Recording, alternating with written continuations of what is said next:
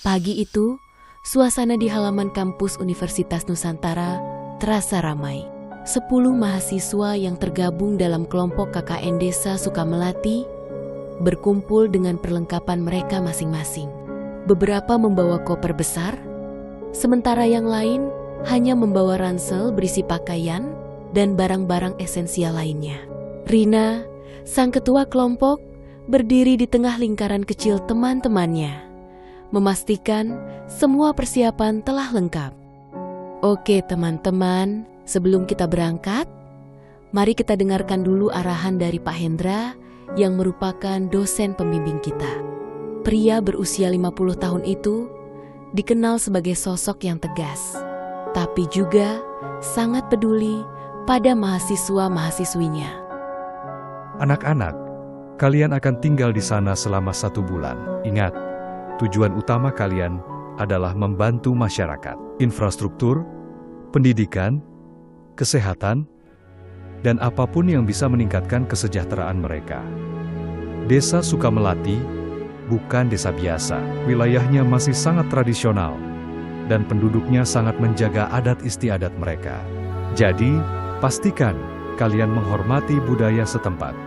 Semua mahasiswa mengangguk paham. Setelah doa bersama, mereka pun naik ke dalam minibus yang akan membawa mereka ke desa tersebut. Perjalanan dimulai dengan lancar, melewati jalanan perkotaan yang padat. Namun, setelah beberapa jam perjalanan, mereka mulai memasuki daerah pedesaan yang jalannya semakin menyempit dan berbatu. Pohon-pohon besar menjulang di kanan dan kiri jalan, menciptakan suasana yang semakin sunyi dan sejuk. Di dalam minibus, beberapa mahasiswa mulai mengobrol santai. Desa ini, katanya, belum terjamah modernisasi ya? Tanya Lina, yang merupakan mahasiswi psikologi, sambil menatap keluar jendela. Iya, aku baca di laporan seperti itu. Tidak ada sinyal dan listrik juga terbatas. Jawab Agus, mahasiswa dari ilmu komunikasi. Kita bakal kembali ke zaman sebelum ada internet nih. Celetuk Budi, mahasiswa dari ilmu pertanian, yang langsung disambut tawa kecil dari yang lain. Namun, suasana mulai berubah ketika mereka memasuki sebuah hutan lebat. Cahaya matahari semakin redup tertutup rimbunnya pepohonan. Udara yang tadinya sejuk berubah menjadi dingin. Tiba-tiba, burung-burung yang sedari tadi berkicau di pepohonan mendadak berhenti. Semua yang ada di dalam minibus merasakan keheningan aneh yang tidak wajar. Kalian dengar itu? Suara Dina, mahasiswa dari jurusan kesehatan masyarakat yang memecah keheningan. Dengar apa? Tanya Andi yang merupakan wakil ketua kelompok. Suara tangisan, seperti ada yang menangis di dalam hutan. Jawab Dina dengan raut wajah serius. Mereka semua terdiam dan fokus mendengarkan. Benar saja. Samar-samar terdengar suara tangisan pelan dari dalam hutan.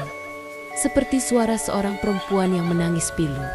Mungkin cuma suara binatang atau angin, kata Rudi mencoba menenangkan.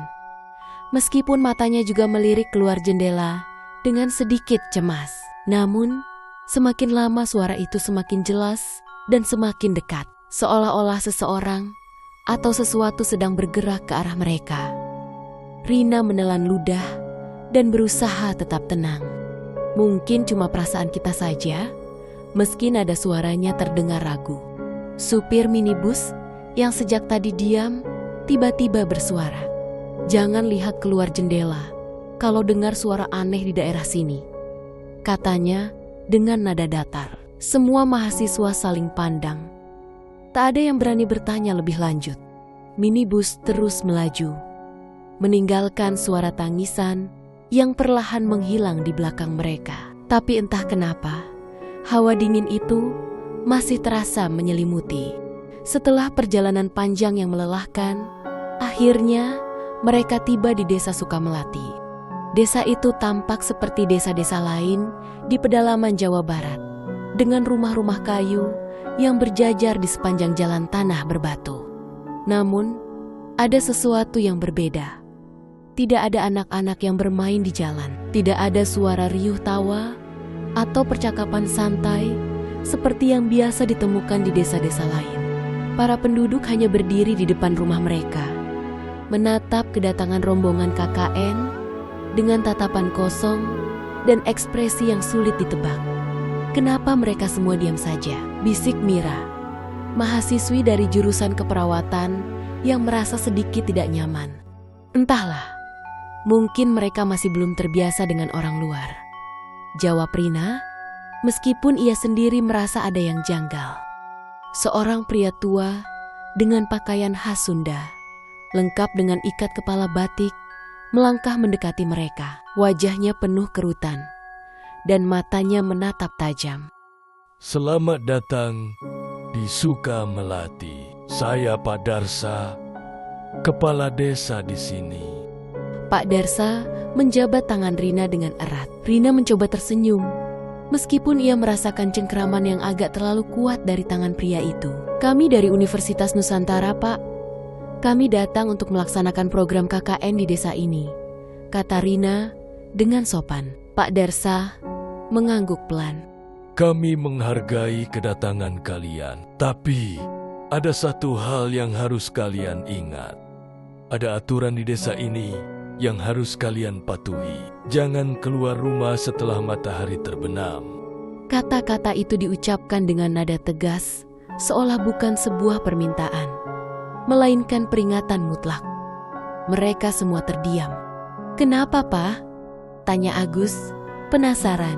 Pak Darsa tidak langsung menjawab. Ia hanya menghela napas panjang sebelum akhirnya berkata, "Karena malam bukan untuk kita." Hawa dingin kembali menyelimuti, meskipun matahari masih bersinar di langit. Dan entah kenapa, kata-kata Pak Darsa membuat mereka semua merinding. Senja mulai turun ketika kelompok mahasiswa KKN akhirnya dipandu menuju rumah tempat mereka akan tinggal selama 1 bulan ke depan. Pak Darsa, kepala desa yang dari tadi bersikap dingin, hanya memberi isyarat dengan tangannya kepada seorang pria tua lain yang kemudian mengantar mereka ke sebuah rumah besar di ujung desa. Rumah itu tampak lebih tua dibanding rumah-rumah lain. Dinding kayunya menghitam seakan terbakar waktu, dan jendelanya tertutup rapat, seolah menyembunyikan sesuatu di dalamnya. Suasana di sekitarnya pun terasa lebih sunyi. "Kok serem ya rumahnya?" bisik Sari, mahasiswi dari jurusan pendidikan, sambil menggenggam erat tasnya. "Ada pilihan lain gak?" tanya Agus dengan nada bercanda, meskipun matanya menatap rumah itu dengan waspada. Pak Darsa menoleh tajam ke arahnya. "Tidak ada. Ini rumah yang telah disediakan untuk kalian." Rina mencoba tetap berpikiran positif. "Sudahlah, kita di sini untuk bekerja, bukan liburan. Yang penting kita punya tempat berlindung." Mereka pun masuk ke dalam rumah itu. Aroma tanah lembab dan kayu tua langsung menyergap hidung mereka. Di dalamnya, rumah itu memiliki beberapa kamar yang cukup luas, tapi terasa sepi dan dingin. "Aku tidur di sini," ujar Fajar, sambil melemparkan ranselnya ke kasur di salah satu kamar. Yang lain segera memilih tempat mereka masing-masing, berusaha tidak terlalu memikirkan suasana aneh yang mereka rasakan. Namun, di tengah keheningan, terdengar suara samar-samar, seperti suara langkah kaki yang menyeret di lantai kayu rumah itu. Dina langsung menoleh. "Kalian dengar itu?" Rudi yang sedang merapikan barangnya menghela napas. "Lagi-lagi kamu dengar suara aneh, Din? Udah deh, jangan nakutin diri sendiri." Namun, sebelum Dina bisa menjawab, suara itu kembali terdengar. Kali ini lebih jelas. Semua langsung terdiam. Lina yang berada paling dekat dengan lorong rumah itu mencoba melihat keluar kamar.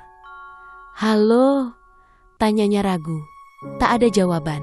Tapi tiba-tiba suara ketukan terdengar dari dalam lemari tua di pojok ruangan. Mira langsung mundur ke belakang. Wajahnya pucat. Siapa yang di dalam? Tak ada yang berani bergerak. Rina akhirnya mengumpulkan keberanian dan berjalan mendekati lemari itu. Ia meletakkan tangannya di gagang lemari, menarik napas dalam, lalu membuka pintunya. Tak ada apa-apa di dalam. Namun, sesuatu yang lain justru membuat mereka semua bergidik ngeri di bagian dalam pintu lemari. Ada coretan aneh berwarna merah, seperti tulisan yang dibuat dengan darah. Jangan tidur saat malam tiba, dia akan datang. Malam pertama di desa Sukamelati berjalan dengan penuh kegelisahan. Meskipun mereka semua kelelahan setelah perjalanan panjang, tapi tidak ada satupun yang bisa tidur nyenyak. Andi yang tidur di dekat jendela mengintip keluar. Ia melihat bayangan-bayangan bergerak di kejauhan, berkelebat di antara pepohonan. "Hei, ada orang di luar," bisiknya kepada Budi yang ada di sebelahnya. Budi bangun dan ikut mengintip. Mungkin penduduk desa, tapi anehnya orang-orang itu tidak berjalan seperti manusia biasa. Gerakan mereka kaku, seolah-olah kaki mereka diseret di atas tanah. "Lupakan, tidur saja," bisik Andi, meskipun jantungnya berdebar kencang. Namun, pada saat yang sama di ruangan lain, Agus tidak bisa menahan rasa ingin tahunya. "Apa sih maksudnya jangan keluar malam?" gumamnya pelan. Dengan hati-hati, ia membuka pintu rumah sedikit, cukup untuk melihat keluar. Saat itu juga, bulu kuduknya berdiri. Di tengah jalan, desa yang gelap, beberapa orang berkumpul dalam lingkaran. Mereka mengenakan pakaian hitam panjang dengan wajah tertutup kain. Di depan mereka terdapat sesuatu. Agus menajamkan pandangannya. Itu adalah tubuh seekor kambing hitam yang sudah mati. Dan yang membuatnya semakin terkejut, Pak Darsa ada di antara mereka. Pria tua itu memegang belati panjang, mengangkatnya ke udara, lalu mengucapkan sesuatu dalam bahasa yang tidak dimengerti Agus. Kemudian, dalam satu gerakan cepat, belati itu dihujamkan ke tubuh kambing, dan darahnya mengalir membasahi tanah. Agus ingin berteriak, tapi suaranya tertahan di tenggorokan. Sepasang mata hitam pekat menatapnya dari kejauhan. Agus langsung menutup pintu dengan napas memburu. "Ada yang gak beres di desa ini," bisiknya dengan suara gemetar. Dan dia tidak tahu bahwa sejak saat itu, dia telah menjadi target. Pagi harinya, suasana desa tetap sama sepi dan dingin. Namun, ada satu hal yang berbeda. Seorang warga desa ditemukan tewas di pinggir jalan dengan tubuh yang membiru dan mata melotot ketakutan. Pak Darsa hanya berkata singkat, "Dia melanggar larangan, dan inilah hukumannya." Mahasiswa-mahasiswa KKN saling berpandangan. "Maksudnya melanggar larangan?" tanya Rina dengan suara bergetar. Pak Darsa menatap tajam. "Ia keluar rumah saat malam tiba." Agus langsung menelan ludah. Ia tahu ia juga keluar rumah semalam. Dan kini ia mungkin akan menjadi korban selanjutnya. Sudah 3 hari berlalu sejak kelompok mahasiswa KKN memulai tugas mereka di desa Sukamelati. Sejauh ini tidak ada hambatan dalam program mereka. Warga desa tampak ramah dan membantu, seolah ingin memberikan kesan baik. Dina dan Mira sibuk mengadakan pemeriksaan kesehatan bagi warga, memberikan edukasi tentang kebersihan dan pencegahan penyakit. Sementara itu, Andi dan Rudi bersama beberapa pemuda desa mulai memperbaiki jembatan kayu yang sudah lapuk. Di sisi lain, Budi dan Sari mengajarkan anak-anak desa cara bercocok tanam yang lebih efisien dan pentingnya pendidikan. Sesi mengajar mereka selalu dihadiri oleh anak-anak yang tampak antusias. Meskipun wajah mereka selalu pucat dan mata mereka terlihat kosong. Namun, meskipun semuanya tampak berjalan lancar, ada satu hal yang terus menghantui perasaan mereka. Suasana desa ini terlalu sepi. Siang hari, para warga tersenyum ramah dan membantu setiap kegiatan mereka. Tapi ketika malam tiba, semua rumah tertutup rapat, lampu-lampu dipadamkan, dan tak ada suara sama sekali. Ini aneh banget, masa sih gak ada satupun warga yang keluar rumah setelah maghrib, bisik Lina saat mereka berkumpul di ruang tamu rumah mereka. Jangan lupa, ini desa terpencil. Mungkin memang kebiasaan mereka tidur lebih awal, sahut Fajar sambil meregangkan tubuhnya. Agus, yang sejak malam itu masih dihantui kejadian di luar rumah, menggigit bibirnya. Atau mereka sengaja menghindari sesuatu. Rina menatapnya. Maksudmu? Agus menggeleng, ragu untuk menceritakan apa yang ia lihat malam itu. Enggak, cuma perasaan aja. Namun, firasat buruk itu semakin kuat.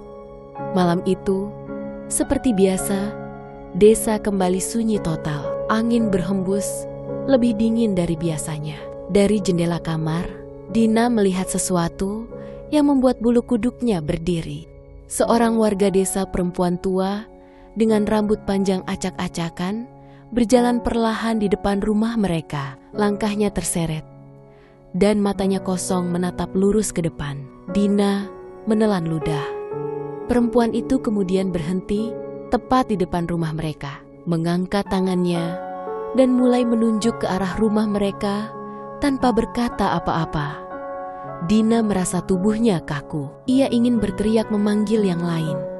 Tapi sebelum suaranya keluar, perempuan itu tiba-tiba berbalik dan berjalan kembali ke arah desa. Seolah tidak pernah terjadi apa-apa. Dina segera menutup gorden. Jantungnya berdebar keras. Apa yang sebenarnya terjadi di desa ini? Ucap Dina. Hari keempat mereka di desa. Suasana semakin terasa janggal. Ketika Lina mencoba berbicara dengan seorang anak kecil, bocah itu tiba-tiba menangis dan lari tanpa alasan. Saat Rina menanyakan sesuatu kepada seorang ibu mengenai sejarah desa ini, perempuan itu hanya tersenyum kaku dan berkata, "Kalian jangan banyak bertanya." Namun, puncaknya terjadi saat malam tiba. Mereka mendengar suara ketukan pelan di pintu depan rumah mereka. Semua langsung menegang. Rina menatap yang lain. Siapa yang mau buka? Tak ada yang menjawab. Dengan hati-hati, Andi berjalan ke pintu dan mengintip melalui celah kecil. Tak ada siapa-siapa. Namun saat ia hendak menutup kembali celah itu, tiba-tiba sepasang mata gelap menatap langsung ke arahnya. Andi terlonjak mundur dengan napas memburu. Saat ia kembali mengintip, sosok itu sudah menghilang. Namun, di depan rumah mereka ada sesuatu yang ditinggalkan. Sebuah kantong kain merah tergantung di gagang pintu. Mereka semua menatap benda itu dengan ngeri. "Ada yang berani buka?" tanya Rudi dengan suara bergetar. Akhirnya, Agus dengan tangan gemetar meraih kantong itu dan membukanya perlahan. Begitu melihat isinya, wajahnya langsung pucat. Di dalamnya ada jari manusia yang sudah membusuk. Dan di atasnya ada secari kertas dengan tulisan menyeramkan. "Jangan melanggar aturan desa ini. Jika tidak, kalian akan menjadi bagian dari persembahan." Suasana di rumah mereka semakin mencekam. Setelah penemuan kantong merah berisi jari manusia, tidak ada lagi yang bisa mengabaikan firasat buruk yang selama ini mereka rasakan. Rina, sebagai ketua kelompok, mencoba menenangkan yang lain, meski dirinya sendiri ketakutan. Kita harus tetap tenang. Kita harus cari cara buat keluar dari desa ini. Tapi, gimana caranya? Kita jauh dari kota, sinyal nggak ada, dan jalan satu-satunya cuma hutan yang kita lewati waktu datang kemarin. Sahut Agus, yang sejak malam itu terus ketakutan. Dina menggigit bibirnya. "Aku nggak mau jadi korban di sini. Kita harus segera pergi." Namun, sebelum mereka bisa merencanakan sesuatu, suara langkah kaki terdengar di luar rumah. Langkah kaki banyak orang, belasan atau mungkin puluhan orang. Mereka langsung membisu. Dari celah jendela, mereka melihat puluhan warga desa, termasuk kepala desa, Pak Darsa, serta para sesepuh yang berpakaian hitam panjang berjalan menuju rumah mereka sambil membawa obor. Di tengah kelompok itu ada sebuah tandu besar dan di atasnya ada sesuatu yang ditutupi kain merah yang sudah penuh bercak darah. Tiba-tiba pintu rumah mereka diketuk keras.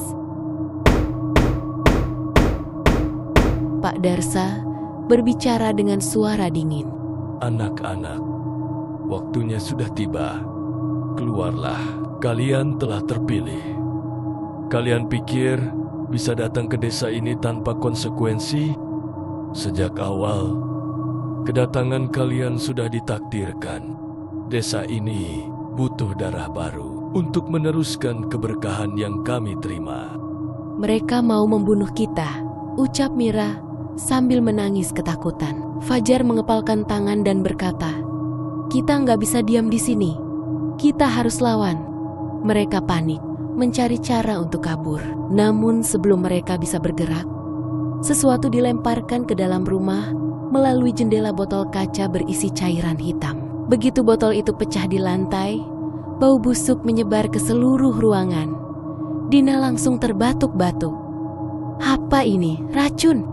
Tak lama, sesuatu yang lebih mengerikan terjadi. Tubuh mereka mulai melemah.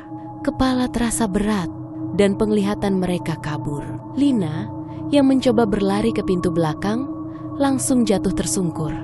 Rudi merasakan tubuhnya kehilangan tenaga mereka. Mereka pakai semacam mantra dan satu persatu kesadaran mereka menghilang.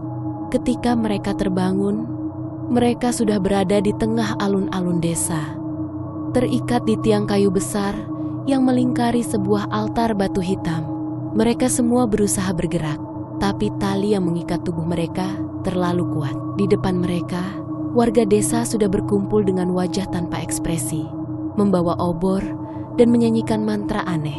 Di tengah altar, Pak Darsa berdiri bersama para sesepuh desa yang mengenakan jubah merah. Salah satu sesepuh, seorang wanita tua dengan wajah penuh luka bakar, membawa belati panjang yang berkilauan di bawah cahaya api. Di atas altar, tergeletak tubuh seorang pria yang sudah tak bernyawa. Dia adalah salah satu mahasiswa yang sebelumnya hilang tanpa jejak. Tubuhnya robek terbuka di bagian dada, dan organ-organ dalamnya sudah tidak ada. "Kenapa kalian membunuhnya?" jerit Rina dengan suara penuh ketakutan. Pak Darsa tersenyum dingin. Ini adalah kehormatan. Pengorbanan kalian akan memberikan kehidupan abadi bagi kami. Tiba-tiba, dua warga desa maju ke arah mereka dan membawa Fajar yang masih lemah. "Tidak, tolong jangan bunuh aku." Fajar berusaha memberontak, tapi tenaganya belum pulih sepenuhnya. Rudi dan Agus berteriak, mencoba melawan, tapi tangan mereka terikat terlalu kuat. Fajar ditarik ke atas altar.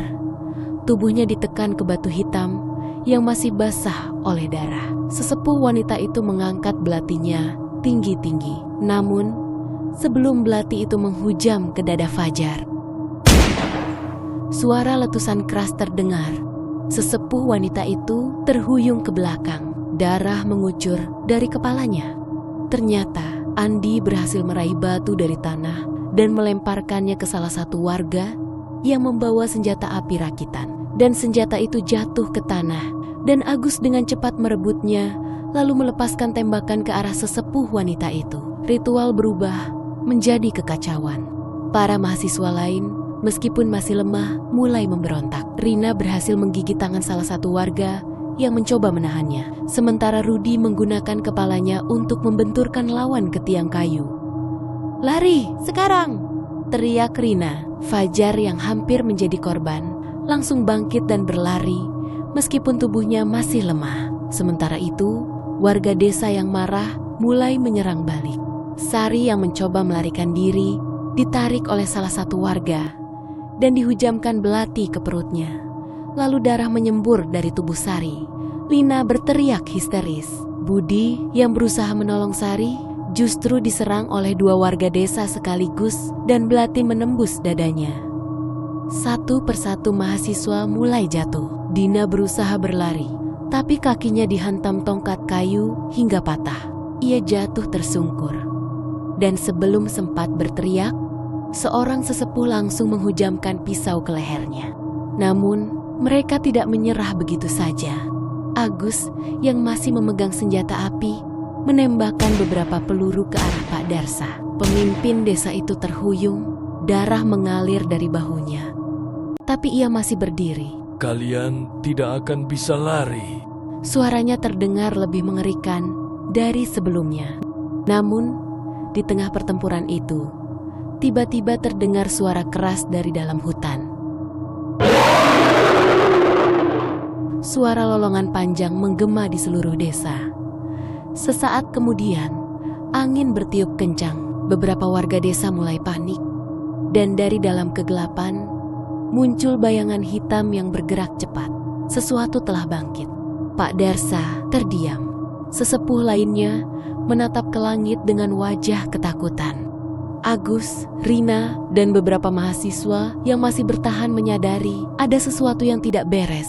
Tiba-tiba, dari dalam tanah di altar hitam itu, muncul sesosok makhluk besar dengan tubuh penuh luka dan mata berwarna merah menyala. Ia mengaum dan dalam hitungan detik mulai menyerang siapa saja yang ada di dekatnya tanpa pandang bulu. Warga desa menjerit, berusaha melarikan diri.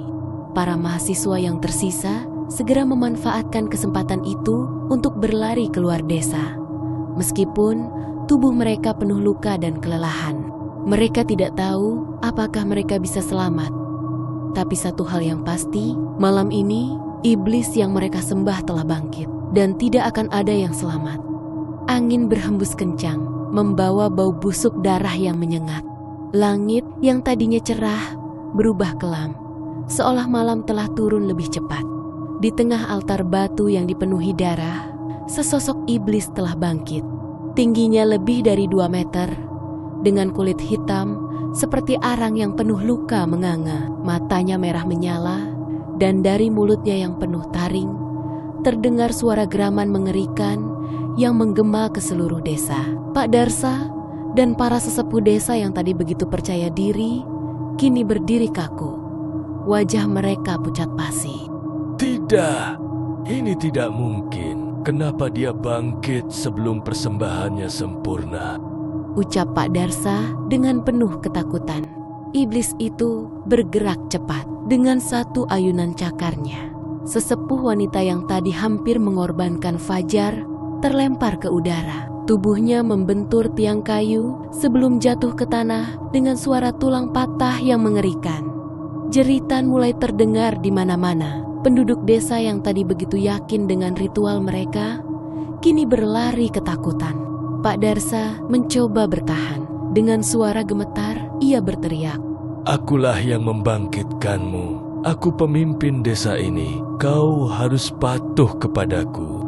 Namun, iblis itu hanya menatapnya dingin sebelum melompat ke arahnya dengan kecepatan luar biasa. Cakar tajam itu menembus dada Pak Darsa. Mata pemimpin desa itu melebar. Ia membuka mulutnya seolah ingin berbicara, namun yang keluar hanyalah darah segar yang mengalir deras dari bibirnya. Iblis itu kemudian mengangkat tubuh Pak Darsa ke udara dan mencabik tubuhnya menjadi 2. Darah, organ, dan tulang berserakan di tanah. Kepala desa Sukamelati, pemimpin ritual sesat itu, tewas dengan cara yang paling mengerikan.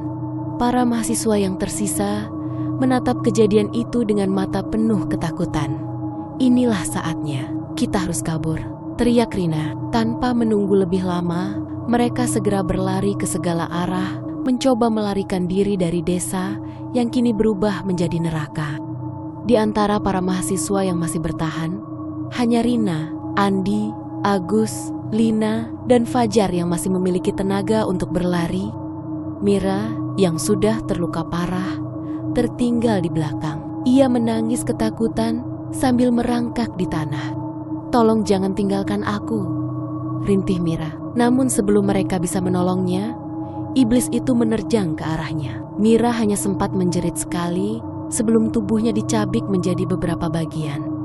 Agus menoleh sebentar dan hampir muntah melihat potongan tubuh Mira berserakan di tanah.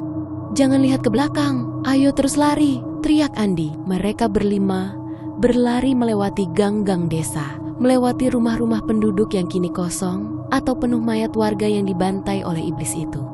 Lina tersandung dan hampir jatuh. Tapi Rina dengan cepat menarik tangannya. "Kita harus keluar dari sini. Kita harus cari jalan keluar," ujar Rina dengan napas tersengal. Namun, satu-satunya jalan keluar adalah hutan lebat yang mereka lalui saat pertama kali datang ke desa ini. "Kita harus masuk ke hutan itu," kata Fajar. "Tapi di sana gelap, kita bisa tersesat." Lina panik. "Kalau kita tetap di sini, kita pasti mati. Pilihannya cuma itu," Agus menambahkan. Tanpa berpikir panjang, mereka berlari memasuki hutan. Di belakang mereka terdengar suara iblis mengaum. Mereka terus berlari di tengah kegelapan. Dahan dan ranting-ranting tajam melukai kulit mereka. Namun, mereka tidak peduli.